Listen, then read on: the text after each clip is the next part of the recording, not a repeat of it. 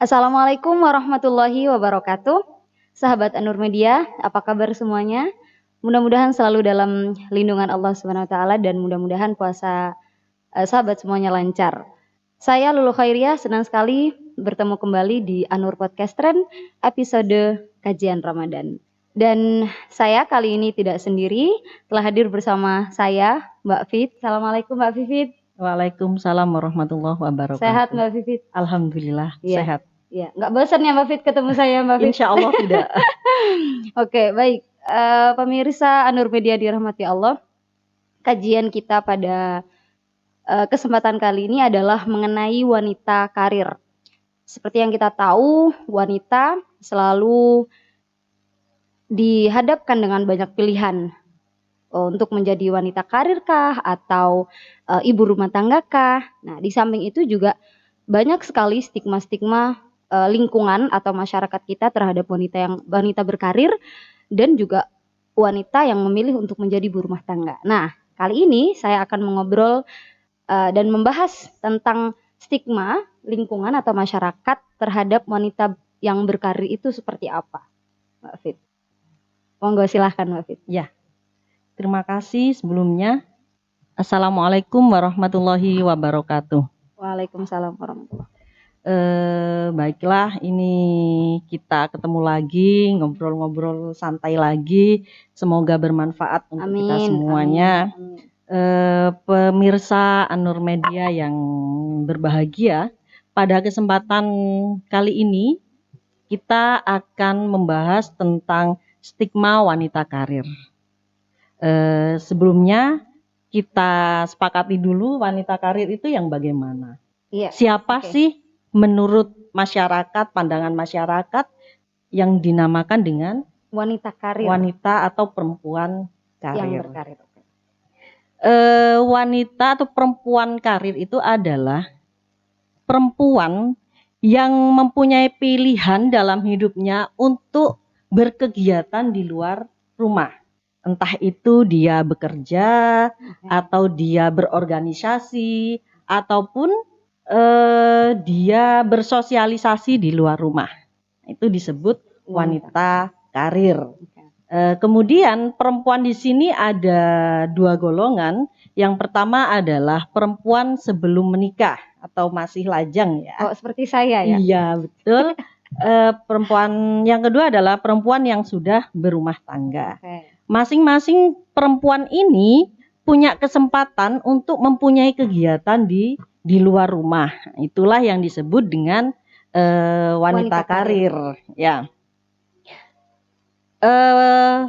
Perempuan yang belum menikah ataupun yang sudah berumah tangga yang memilih untuk menjadi wanita karir atau memilih mempunyai kegiatan di luar rumah, sama-sama harus mempunyai manajemen waktu yang baik.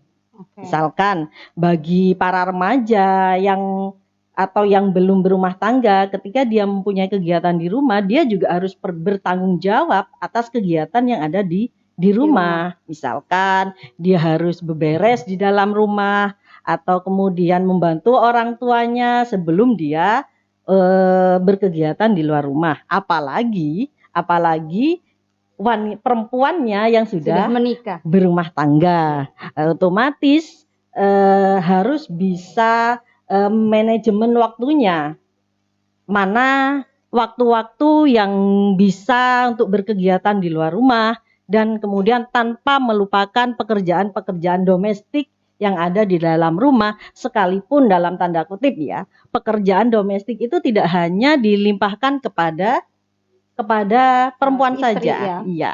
Jadi di dalam rumah tangga itu ada muasyarah bil ma'ruf antara suami dan istri. Ya, nanti kita bahas di belakang. Artinya poin pentingnya adalah tanggung jawab ya Pak. Bersama dan mubadalah ya, kesalingan antara suami dan istri. Kemudian setelah kita sepakati siapa wanita karir itu, yang akan kita bahas mengapa perempuan itu memilih untuk berkarir. Nah, itu ya.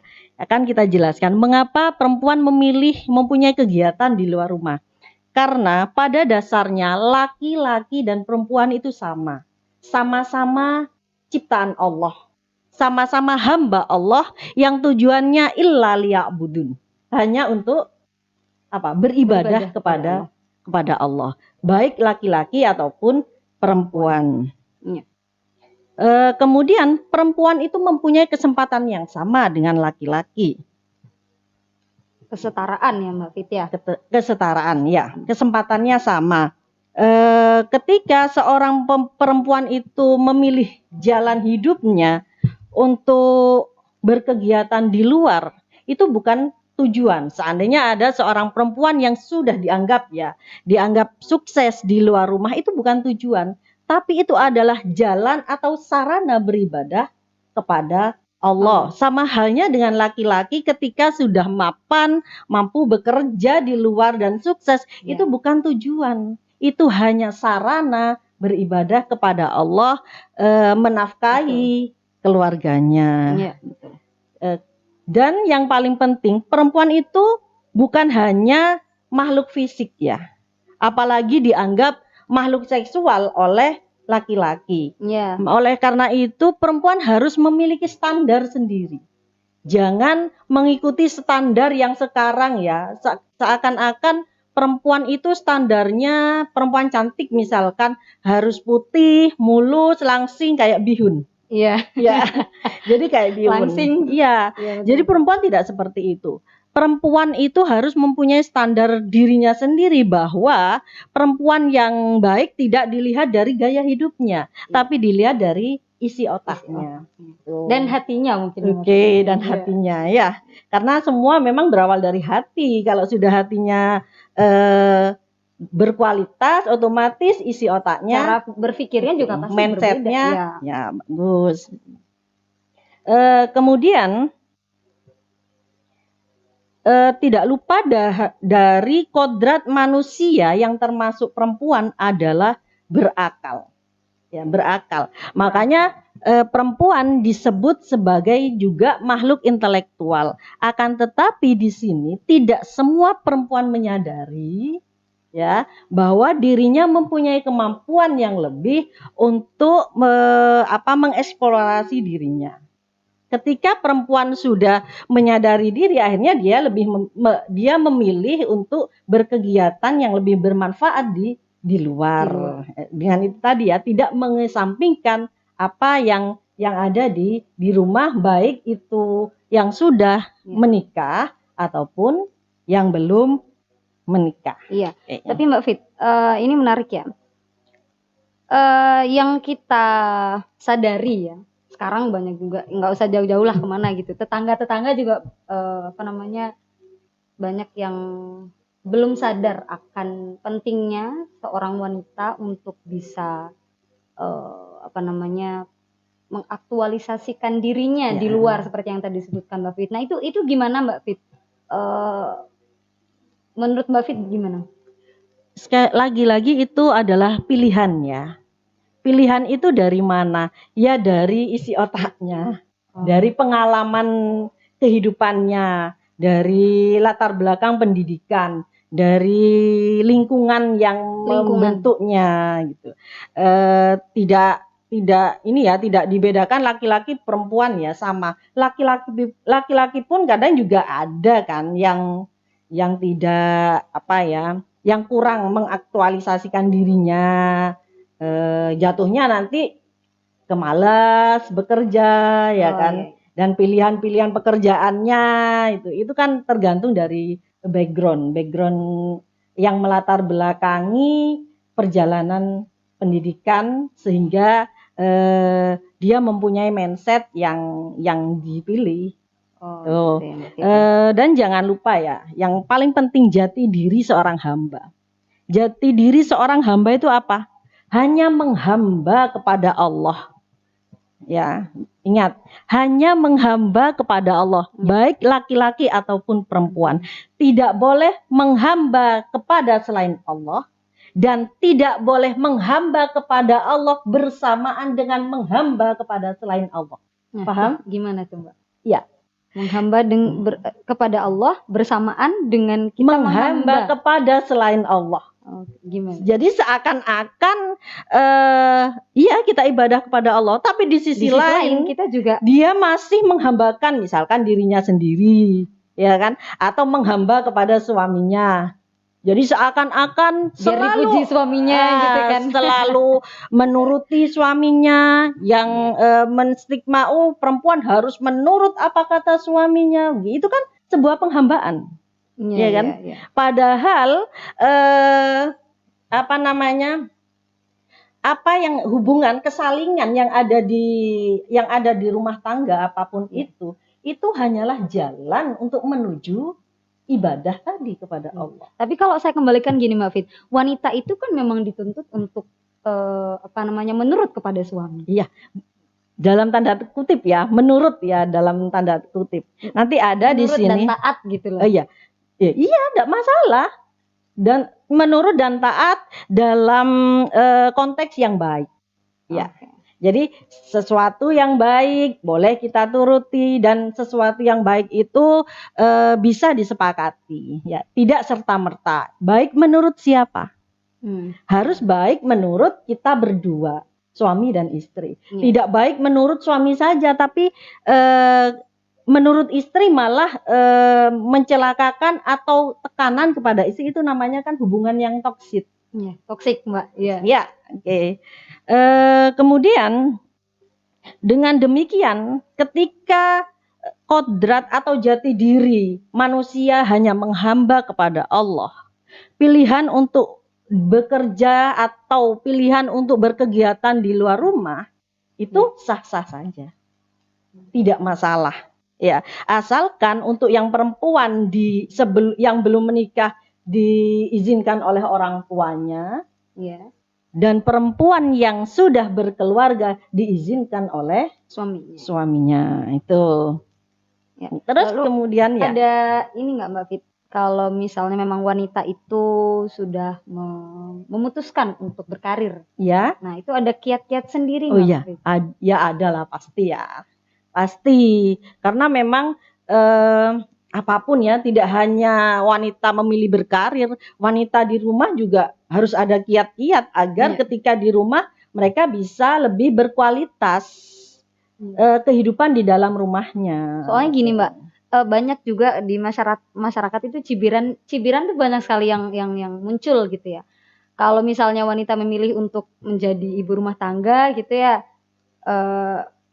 udah sekolah tinggi-tinggi gitu kan, gitu terus ya. akhirnya kok malah cuma jadi ibu rumah tangga, cuman kalau kata orang Jawa istilahnya cuma apa, maca, Gitu ya. apa satu pokoknya misalnya cuma di dapur, kasur, sama sumur. Nah gitu. Itu satu ya. Tapi di sisi lain juga ketika wanita memilih untuk berkarir, nah apa nggak sayang gitu sama anaknya gitu kan? Apa dilema ya. Ini iya, jadi kenapa kan kok hanya wanita itu selalu yang dinilai yang selalu distigmai seperti iya, itu. betul, selalu dihadapkan dengan pilihan-pilihan yang semacam itu gitu. Itu gimana menurut Mbak Fit? Menurut saya apapun tingkat karirnya atau jabatan karirnya, apapun juga setinggi apapun juga pendidikan atau titelnya, seorang perempuan ketika kembali ke rumah akan tetap menjadi seorang ibu bagi anak-anaknya dan istri bagi suaminya. Kalau nggak punya suami dan anak gimana Mbak? Curhat ini ya, sekalian curhat ya. Berarti ketika mereka masih belum berkeluarga, menjadi anak yang baik untuk orang tuanya. Iya. Oke, saya lanjut dulu ya. Bahwa wanita karir itu ada sejak zaman Rasulullah. Nah, ini menarik ini tentang wanita karir menurut pandangan Islam. Iya, betul. Kita tahu Ummul Mukminin ya, Siti Khadijah. Iya. Beliau adalah wanita karir, ya pebisnis yang sukses sebelum beliau menikah dengan Rasulullah, bahkan setelah beliau menikah dengan Rasulullah. Itu salah satunya. Bahkan ya ada cerita bahwa begini, pada suatu saat Siti Khadijah itu menyusui Sayyidah Fatimah ya. Pada waktu itu Rasulullah datang pada malam hari, Siti Khadijah mau berdiri menyambut Rasulullah, tapi oleh Rasulullah sudah kamu duduk saja karena sedang menyusui. Akhirnya Sayyidah Fatimah diambil oleh Rasulullah, kemudian diletakkan di kasur yang mungkin zaman sekarang kasur. Karena Rasulullah capek dari berjuang ya waktu itu berdakwah, akhirnya capek, mungkin kalau bahasa sekarang lelah ya, jadi tidur di pangkuan Siti. Butuh healing. Iya, healing. Tidur di pangkuan Sayyidah Khadijah waktu itu. Nih, terus Rasulullah itu bertanya, kenapa Siti Khadijah itu kasihan melihat Siti Khadijah kasihan melihat Rasulullah yang capek, yang tidur di pangkuannya. Namanya istri ya, mungkin menangis ya. Menangis. Kamu kenapa kok menangis? Apa kamu menyesal mempunyai suami seperti saya? Dulu kamu sukses. Istri seperti saya. Suami Rasulullah, yang jawab Rasulullah. yang tanya. Menyesalkah kamu memiliki suami seperti saya? Dulu kamu sukses, kaya gitu loh. Terus kamu mempunyai kemuliaan di kaumnya pada saat itu. Khadijah menjawab, oh tidak, kekayaan saya sudah saya berikan kepada Allah dan Rasulnya. Kemuliaan saya yang dulu saya miliki di masyarakat sudah saya serahkan kepada Allah dan Rasulnya. Untuk dakwah Rasulullah. Untuk dakwah Rasulullah. Jadi saya tidak menyesal. Bahkan suatu saat ketika saya sudah tiada, kata Khadijah, seandainya engkau ya Rasul ingin mengarungi lautan dan engkau tidak punya perahu, galilah kuburanku, ambil tulang belulangku untuk dijadikan perahu untuk perjuangan itu. Bagaimana seorang Khadijah ya, yang awalnya berkarir, kemudian tetap berkarir, bahkan tetap membantu Rasulullah untuk perjuangan Rasulullah untuk agama Allah. Itu salah satunya. Ya, artinya wanita sejak zaman Rasulullah itu sudah sangat diberikan kebebasan untuk bisa berkarir, untuk bisa memimpin, memilih bahkan seperti saya juga tahu Sayyidah Aisyah dulu juga seorang perempuan memimpin perang waktu itu, menaiki onta ya. Ada lagi pada zaman Umar bin Khattab menjadi khalifah pada waktu itu, beliau mengangkat sahabat perempuan yang bernama Asifah sebagai kepala pasar di Madinah. Kepala pasar ya? Ya, betul. Terus kemudian perempuan yang bekerja itu bisa menjadi wajib loh.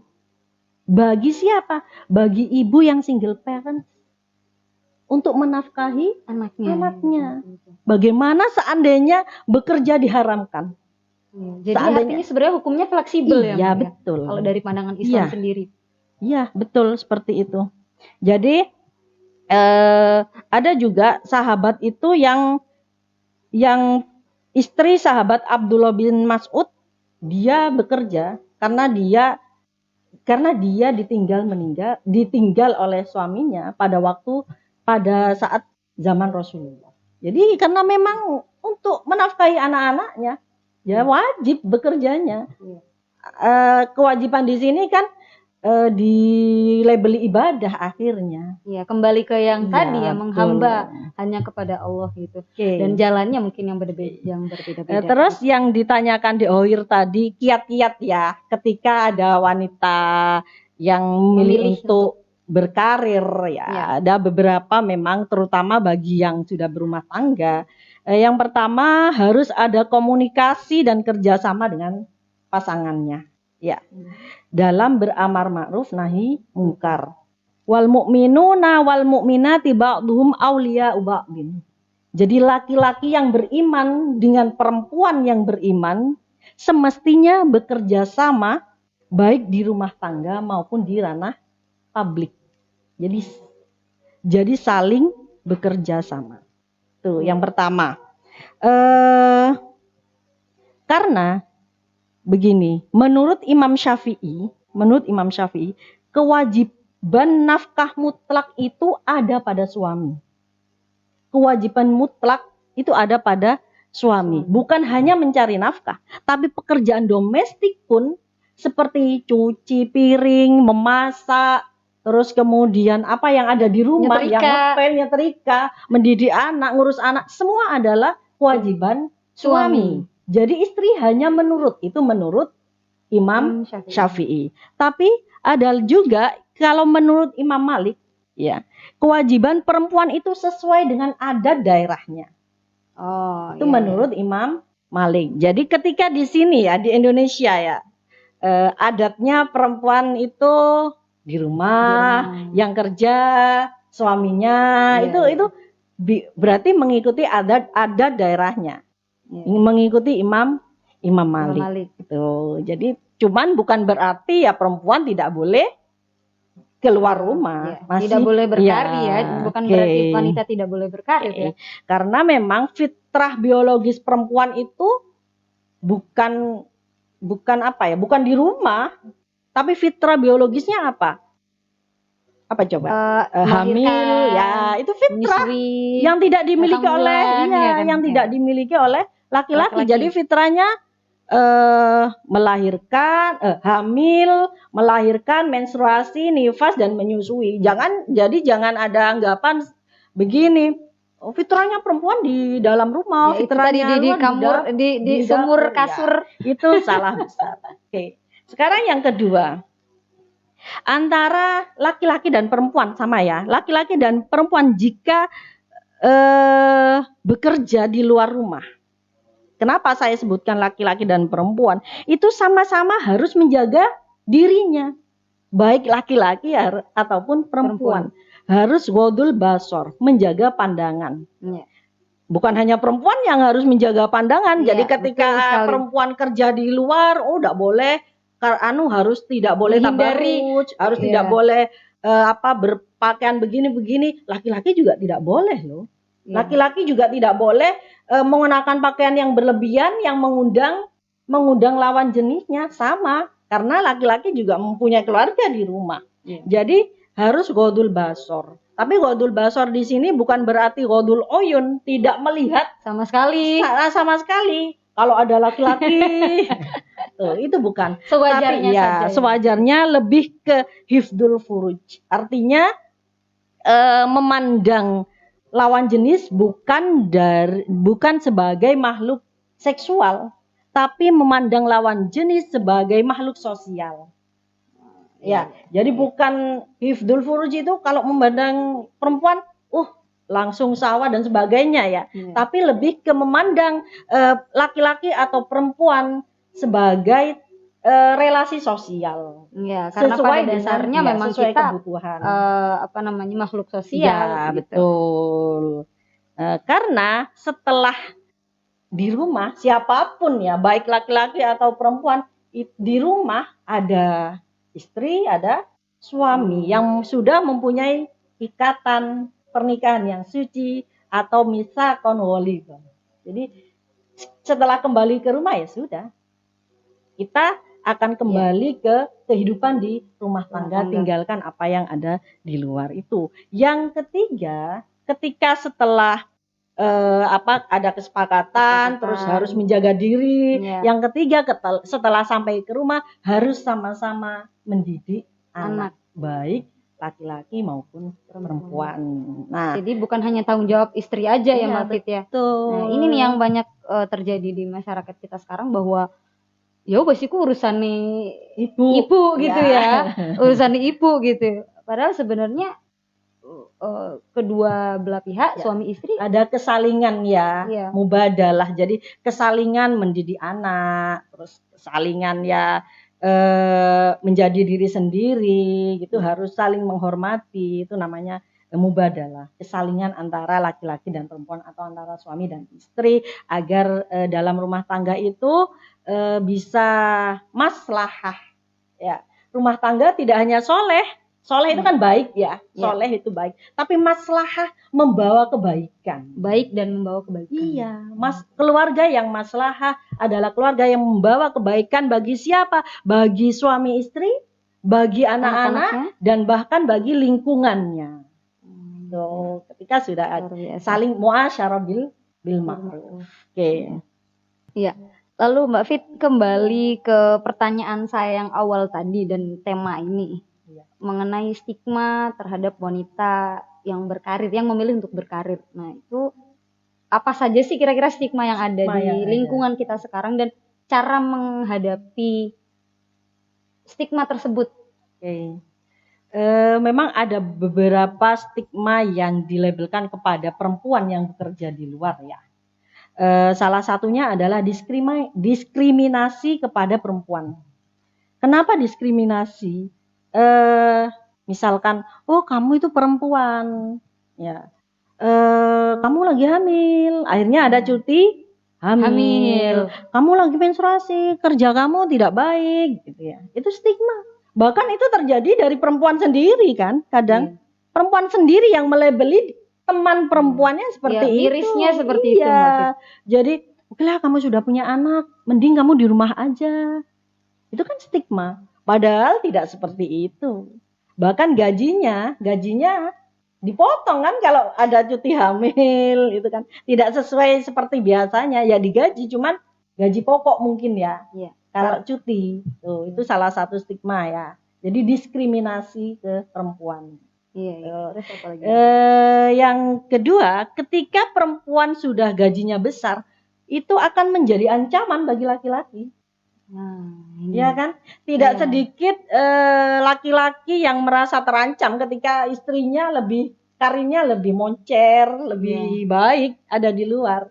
Padahal tidak seperti itu. Ketika memang gaji istri lebih besar atau kesuksesan yang dalam tanda kutip di pandangan manusia ya, suksesnya itu bagaimana, okelah laki-laki juga harus bisa menerima.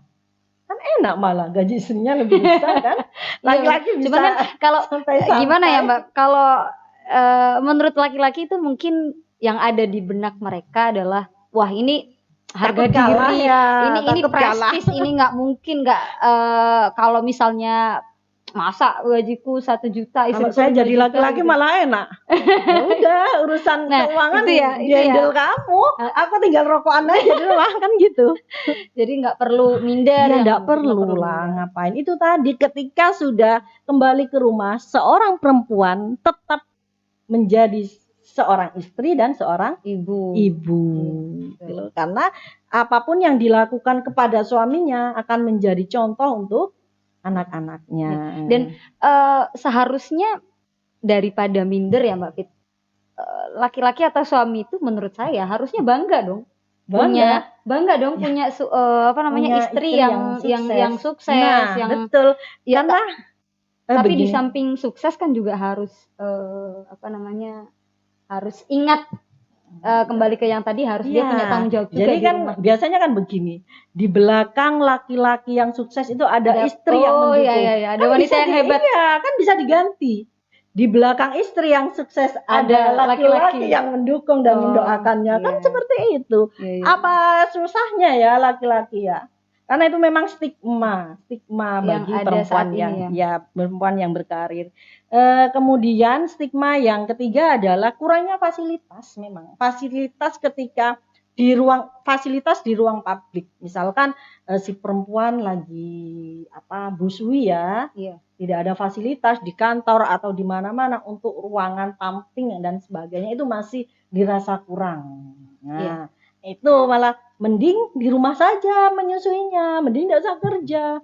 Itu kan stigma dari masyarakat. Jadi itu sebenarnya bisa sekali diciptakan ruang publik yang aman bagi perempuan. Jadi dia tetap bekerja, berkarir, dan di samping itu dia juga tidak melupakan kodratnya sebagai wanita yang pumping. Seharusnya seperti itu, namun karena fasilitasnya tadi. Karena dalam Al-Quran juga surat Al-Qasas ayat 23 itu sudah menjelaskan atau menceritakan tentang kemandirian ekonomi. Di sana dijelaskan ada 2 wanita penggembala loh. Kenapa dan disaksikan oleh Nabi Musa. Kenapa kalian menunggu saat itu ada giliran ambil air. Semuanya laki-laki, 2 orang perempuan itu menunggu, tidak berebut giliran, menunggu selesainya. Nabi Musa bertanya, kenapa kalian menggembala dan antrian. Iya, karena ayah saya sudah tua. Jadi dengan seperti ini kan sudah mempunyai kemandirian ya, secara betul, ekonomi, betul. walaupun Betul. konteksnya pada saat itu adalah hanya menggembala kambing. Iya. Jadi itu stigma dari masyarakat yang mungkin melekat pada perempuan. Iya. Kalau kembali lagi ke yang tadi Mbak Fit, ada yang bilang udah ibu rumah tangga aja bagus gitu kan. Oh yang satunya lebih bagus wanita karir loh gitu. Nah sebenarnya kalau menurut Mbak Fit yang mana yang lebih bagus, yang lebih baik? Lagi-lagi itu adalah pilihan ya, pilihan perempuan. Dia mau menjadi wanita karir ataupun mau di rumah. Sama-sama itu adalah jalan beribadah kepada Allah. Tidak sedikit sekali perempuan-perempuan yang memilih hanya di dalam rumah saja. Putra-putrinya sukses kok. Iya kan? Bisa jadi seperti Bunyai ya. Beliau ini jarang sekali keluar rumah, bahkan full ibu rumah tangga. Iya, bahkan tidak nampak ke ruang publik sama sekali ya. Tapi tidak diragukan lagi putra-putra beliau adalah menjadi orang-orang yang soleh, orang-orang yang baik dan sukses. Gitu. Akan tetapi tidak sedikit orang yang di rumah juga ya, karena hanya mengandalkan dia di rumah main HP terus, nonton sinetron, akhirnya tidak ada kualitas untuk anak-anaknya. Ya anak-anaknya juga tidak sukses. Jadi itu hanya pilihan saja. Kemudian bukan berarti perempuan-perempuan yang bekerja di luar anaknya tidak sukses, karena ketika bertemu dengan anaknya yang dia pilih adalah quality time, bertemunya dengan anak itu berkualitas. Karena merasa sedikit sekali sih waktu saya, jadi tidak menyia-nyiakan waktunya ketika bertemu dengan anak-anaknya. Jadi akhirnya anak-anaknya bisa menjadi orang-orang yang sukses. Kalau kaitannya dengan anak-anak. Kalau kaitannya dengan rumah tangga misalkan, ya bukan berarti wanita yang sering keluar rumah dia penyebab perceraian, tidak juga. Ada dan tidak sedikit yang perempuannya tidak bekerja di rumah malah dia bercerai gara-gara ekonomi. Iya betul. Artinya kadang juga kan tadi ada stigma masyarakat kalau kerja di luar itu nanti suaminya tidak terurus atau anaknya tidak terurus, itu salah ya Mbak Fit ya? Menurut saya orang yang sudah memilih bekerja di luar berarti dia sudah pola pikirnya sudah bagus, sudah ada manajemen waktu, dia sudah berpikir, menurut saya seperti itu. Dan itu alangkah baiknya dia difikirkan lebih awal. Oh saya bisa enggak memanage waktu dan sebagainya. Dan kalau dirasa tidak mampu Mbak Fit, itu kembali kepada pilihan lagi ya, silahkan saja. Yang penting menurut saya apa yang kita lakukan itu adalah suatu sarana atau jalan menuju ibadah kepada Allah. Apapun itu, bekerja di luar, berkegiatan di luar, berorganisasi di luar, itu hanyalah jalan untuk beribadah kepada Allah. Di rumah pun juga demikian.